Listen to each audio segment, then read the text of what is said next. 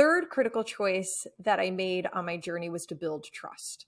So first and foremost, I had to build trust within myself in order to inspire the trust of others.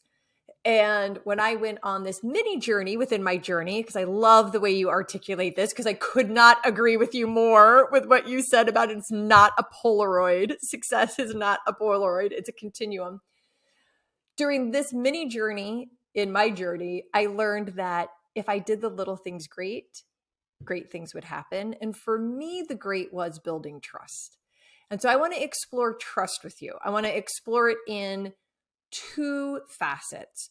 First is the idea of building trust within yourself and then inspiring the trust of others. But can we start with the first, building trust in yourself? And I just want to get your thoughts on that. Absolutely.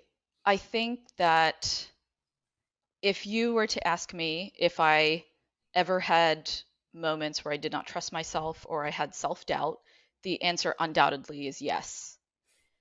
And I think this is common. You know, you've interviewed some incredible women along this series, and you are so accomplished.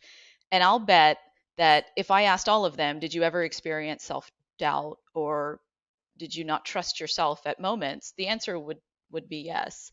Yeah. And I think your question is so important because it segues to an even bigger question. And I think the bigger question here is, why do so many women have self-doubt?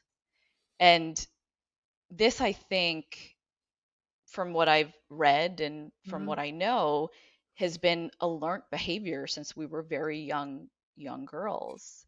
I was very alarmed to read some research recently that said girls as young as 8 years old had a decline in confidence levels by somewhere around 30%.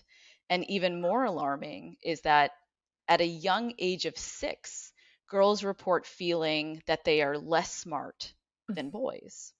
They tend to report less that they are, quote, really smart. And what does this translate to? It translates to our young girls raising their hands less in class. It translates to them being more susceptible to succumbing to negative peer pressure and to not speaking up when things go wrong. And so this really is just the surface of what our society and what our cultural pressures look like. And even worse nowadays, compound that with the pressures of social media, Ugh. which is really just a highly manicured version of reality. There's a tremendous amount of pressure on young girls to be perfect. And that translates a lot of the time to self-doubt.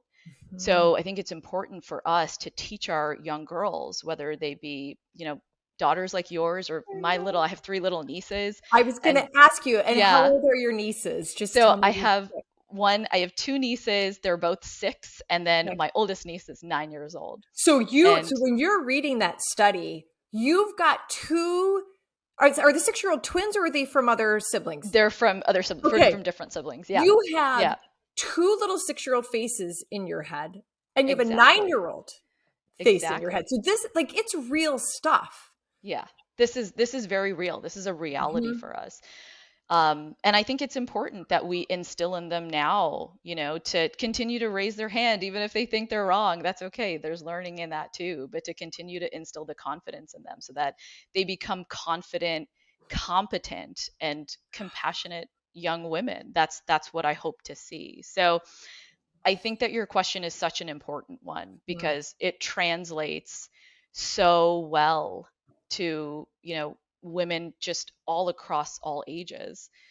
So yeah, I think it's just such an important thing that you're talking about here. And it's just already like this conversation motivates me even more for me to take a step back as a mom and take a step back in my relationship with my husband, Joe, as a father Hmm. to our 11-year-old son and almost 13-year-old daughter, Lily, and constantly reflect and be deliberate on what our actions show.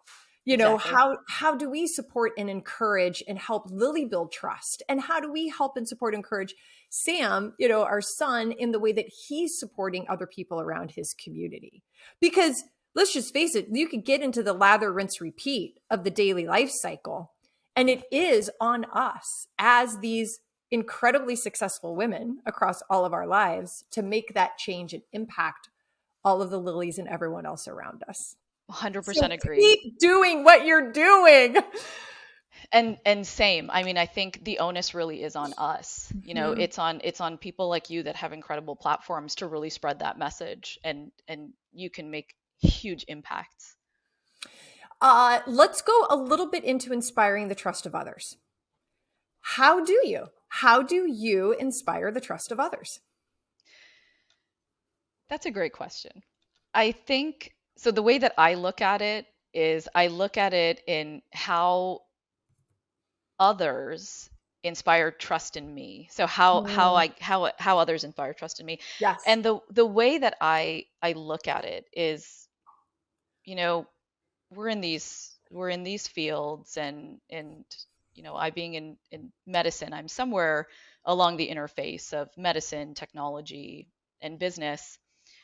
I'll sit in these meetings, and when we develop programs, we have leaders from, you know, various different fields come in, and we seek counsel from them, and we get their feedback on what they think of our programs before we have them go live.